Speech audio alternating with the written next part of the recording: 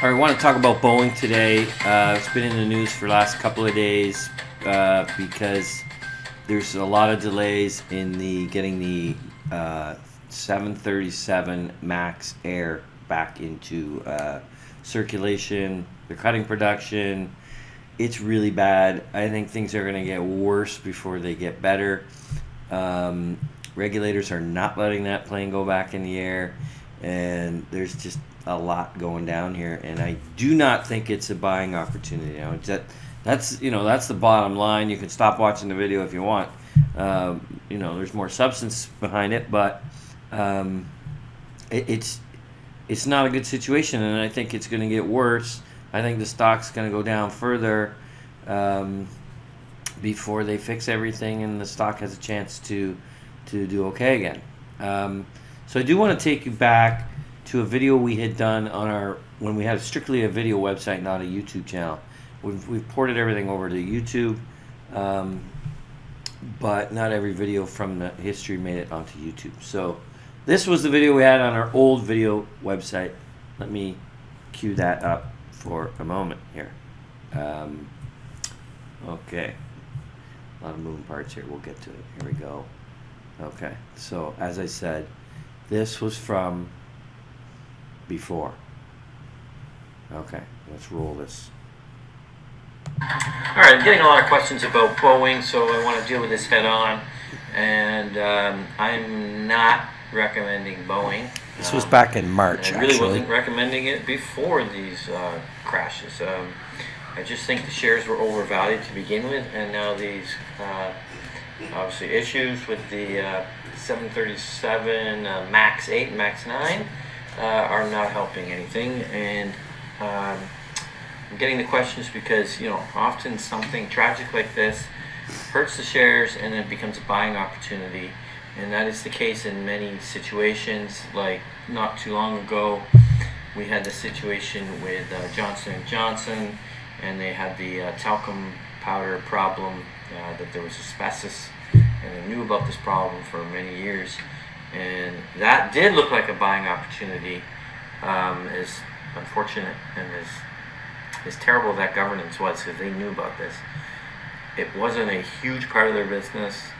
In many other products, there's many other things, and the liability wasn't that huge that it would affect it. It did look like a buying opportunity. This, on the other hand, does not, in my opinion. Okay, so let's just start. But we don't have to explain why airplanes falling out of the air is bad for the stock. Okay, so that's what we said back in March, right after some of the early plane crashes that were happening, and we were not saying it was a buying opportunity. It was stay away.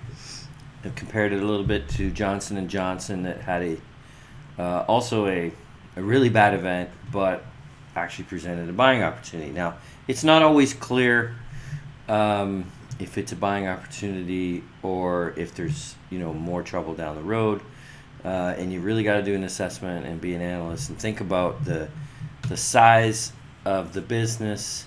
Does it really affect the whole business?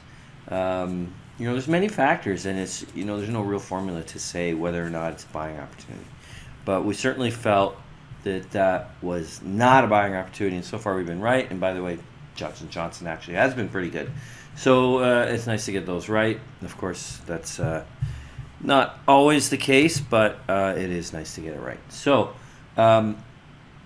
things are going to get worse, in my opinion. Of course, these are always opinion. We don't know before they get better. Okay, so it looked like not that long ago, they're just going to fix it. It's going to be fine. No problem. They'll just, and the regulators will get these things back in the air. And the regulators are like, whoa, not this time. Because before, the regulators were very accommodating and just took Boeing's word for it, essentially.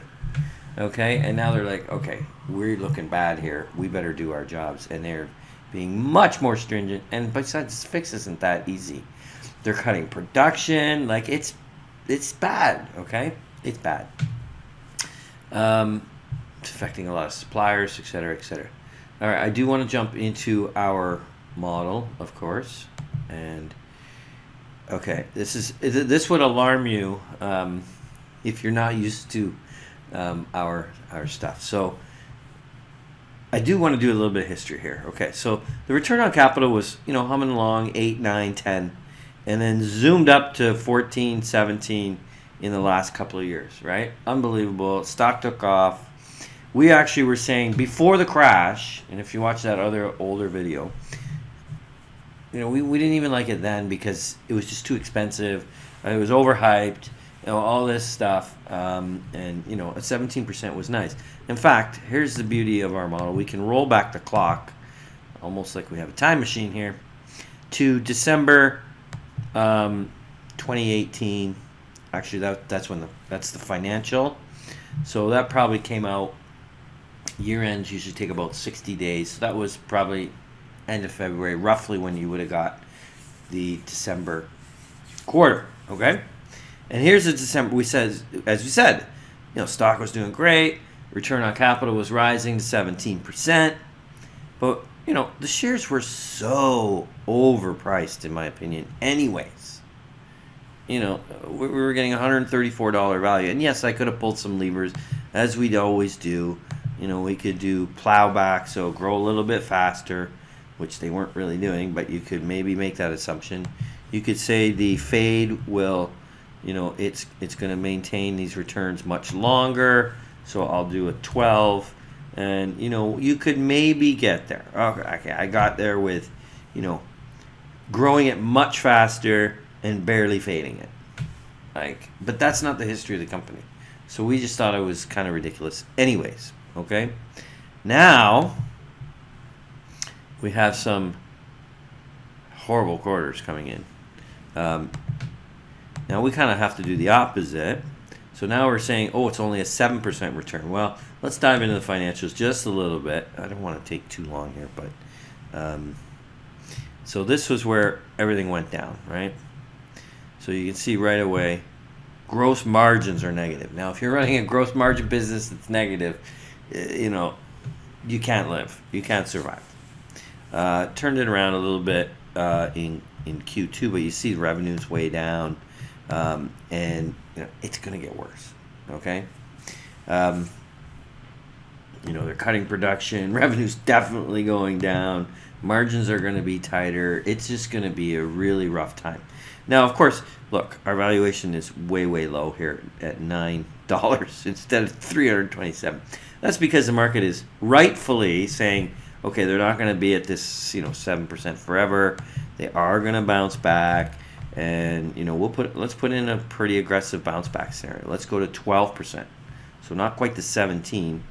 That's worth 67. We'll use plowback. We'll say they can start going again, and then we'll say fade at a lower rate, and in the long run earn 10. Let's just say that. And that's a pretty reasonable scenario, in my opinion, for Boeing. And that only gets us $183. Now, that's half the price it's trading at now. Now, listen, these are models. These are not perfect.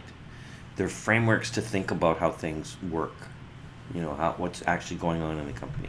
So do I really think it's going to go down to 183? No, I don't think it'll be that bad. However, that's a big gap. With a reasonable scenario, our valuation is telling us there's room to come down. So I think, yes, it's going to come down because, things are going to get worse, and we know deteriorating fundamentals are almost always associated with worse stock price. The valuation is not even supporting it. She can't even go, hey, it's at least a pretty good valuation. No. I don't have a lot of good things to say. I'm sorry, but that's the way it is. So it is not looking like a good time for Boeing for me. Thanks for watching our investment video. If you want to improve your portfolio returns, simply subscribe. Or if you're an investment advisor or retail investor and you want help with your portfolio more directly, we can help you with a managed account and manage each and every trade for you.